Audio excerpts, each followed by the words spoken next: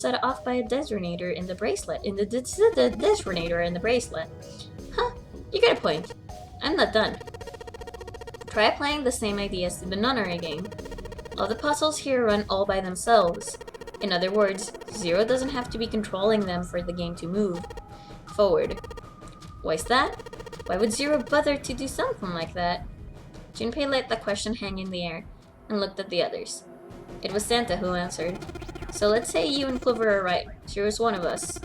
If that's the case, then it'd be really hard for him to keep track of all of us, or control anything remotely. That's why all the puzzles are run by themselves. That's what you're getting at, right? Yeah. 7. When we were talking earlier, you said any one of us could be Snake's killer, right? Yeah, something like that. Alright, then I've got a question for you, Ace. You said something like Zero must be the one who killed Snake. Yes, something like that. I can't think of any other explanation. So what do we get if we combine those? They fit together pretty well, I think. Something like this. Whoever killed Snake equals Zero. And that equals one of us. 7 and Ace's theories aren't mutually exclusive. They actually complement each other pretty well. At least they do if Zero is one of us. No one spoke. Their faces were grim, but Junpei wasn't sure if they believed him or not. Finally, Lotus spoke up. What were his motives? His motives? Yes. Isn't that pretty important? Why would Zero want to hide as one of us? Oh, well, that's because, Junpei choked. He hadn't thought of that. He had to be honest with himself. He had no idea. I don't know. Lotus sighed. Well, so much for making a persuasive argument, Junpei. In other words, you had only circumstantial evidence. I don't really think that's enough to go on, you know? Junpei was painfully aware of their eyes on him and their disapproval.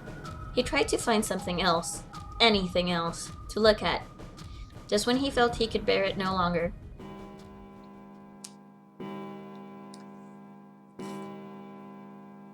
They heard the bell begin to ring. It was the clock at the central staircase. 3 in the morning. That means we have 3 hours left. Then we need to move, now. 7, Clover, Junpei. I know how you feel, but you do understand that right now it's important we trust one another, don't you? Junpei couldn't bring himself to respond. He swallowed the words he wanted to say and sighed. 7 and Clover remained similarly silent. Their eyes were looking at something somewhere else, very far away. We must go. We have very little time left. Ace's words put their feet to moving, and they all knew where they were going. Their next destination was Mercury. They sat bolted to the wall near the stairs that led to the casino and the kitchen between the two elevators. The Mercury card reader. Junpei stood in front of it with the Mercury card. 7 had given them the card. I found it when we were checking out the shower room. At least, that's what he said. Junpei slid the card through the reader. The light on the reader turned green and made tiny electronic noise. Now they were ready. Junpei and June had been chosen as the investigators. The reason behind that being that they had been to E-Deck before and no one else had. Before Junpei sent the elevator ahead to make sure the floor as before, it wasn't flooded, blah blah blah.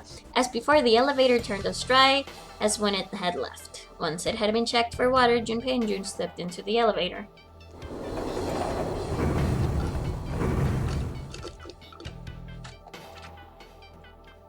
There were only 2 floor buttons they could push.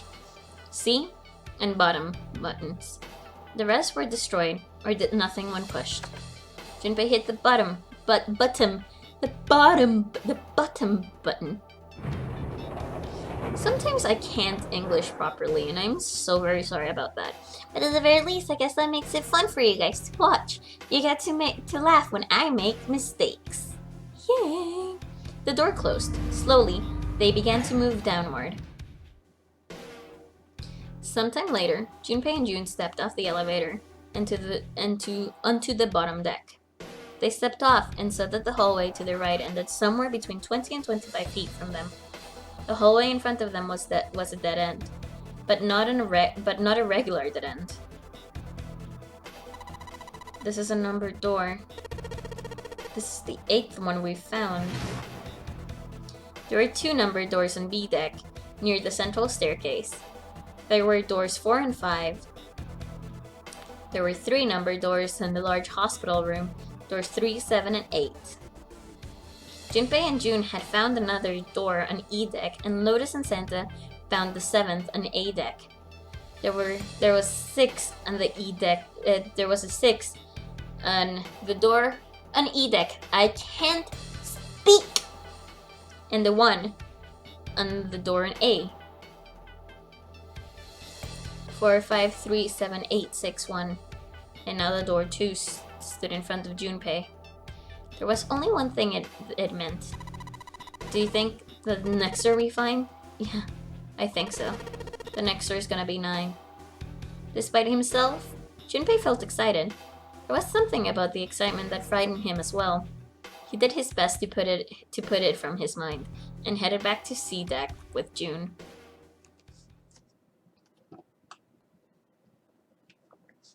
Are you still there? Alright, let's open this up. The pieces of paper they folded up lay on the ground next to Junpei's legs. There were 7 of them, all told. They were written on paper pulled from Junpei's notebook, and one bore a codename and a door. Why they had decided to vote that way? They decided it wasn't fair to simply ask everyone at once. That would allow people to force others to go through certain doors. Well, that wasn't the only reason. Junpei had proposed this voting system, and he had a plan. It wasn't a plan he wanted anyone to catch wind of, however, so he did his best to act calm as he began to open and read the pieces of paper. First one read, Ace requests door 1. Yes, I do. Would you like me to explain why? No, we don't have time for that, sorry. Let's keep going. He opened the second one.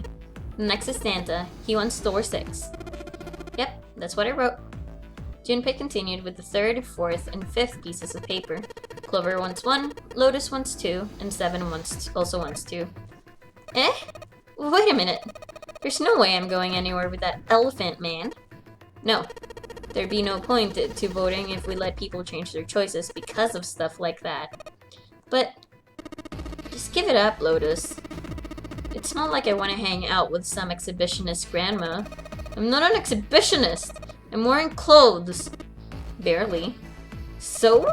Last I checked, that's not a crime. Maybe. But what about common decency? Nobody wants to have to look at a chick who looks like a half-naked raisin. Ugh, I'm going to kill you! Lotus's hair flared out like the mane of an angry lion, and she roared with a voice that shook the walls. With some difficulty, Ace managed to restrain her. Junpei, read the rest. Right. I sometimes like that this is a visual novel, but I would have liked to seen that fight. I don't know about you guys. I'm calling her a raisin. Junpei tore his eyes away and looked down at the 6th piece of paper. He opened it. Jun wants door 6. Yes, I don't really have a reason. I just felt like it. All of the papers saved Junpei's had been read. Hi, Cleffa, welcome to the stream. I'm gonna be streaming for a little bit longer right now, so it's all good. You came in just in time. He did some quick calculations in his head. People who requested door 1, Ace and Clover. This was the door on A deck, near the central staircase. People who request door 2, 7, and Lotus. This was the door on the bottom deck, and could be reached by taking the elevator at the bottom of the ship. People who request 6, June and Santa. This was the door in E deck and could be reached by taking the elevator near the central staircase down. It took him less than a second to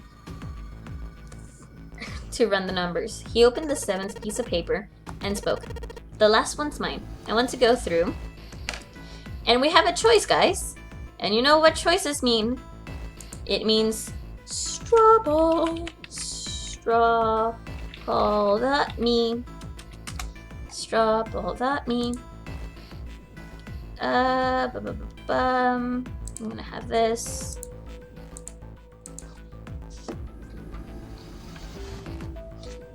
Oh, you went to a friend's birthday. Did you get drunk? I mean, you're Hispanic, you probably did. Door. What are the options? 1, 2, 6. IP duplicating, checking. Create poll. Share.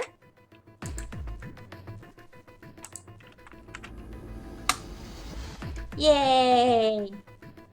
It's time for polling.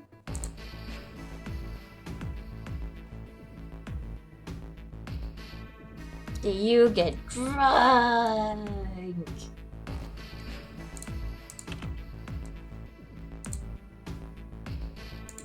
Oh, boring. You're boring Hispanic then. Sorry. That's probably rude of me. Okay, let's see the results. So far, the results say that we're going through some doors. What? Are you telling me that out of your offline friends, you're the only one that drinks? And you sure you're Hispanic? My question stands. Are you sure you live in Argentina? Are you sure you are around Hispanic people? Could that be pretty darn weird? As a resident Hispanic here, I can tell you that's super weird. Also, Hector might still be here. He will tell you it's super weird too.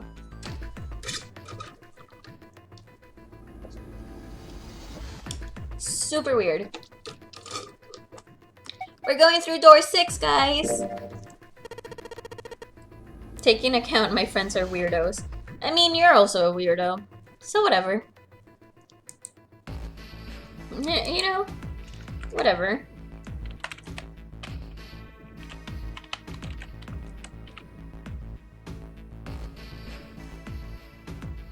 Okay.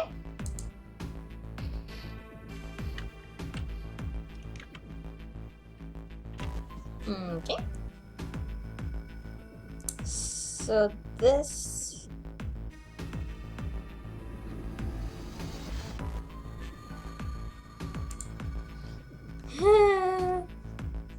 is 6. I want to go through door 6. Oh man, I wanted to hang out with cool guy Ace and calm-ish Clover. Well, that means, I think that this is sort of the end-ish. So, you don't have to worry about that. We can hang out with them for the second one. Junpei flipped open the pieces of paper. It read Junpei, door 6. Of course it did. He'd written it after all, right? That's a problem. Junpei spoke barely above a whisper, but they all knew what she said. None of these teams will be able to go through the doors they want. Clover and I chose door 1. Lotus and I chose door 2. That's not enough people to open a numbered door, however. The digital routes don't match up either.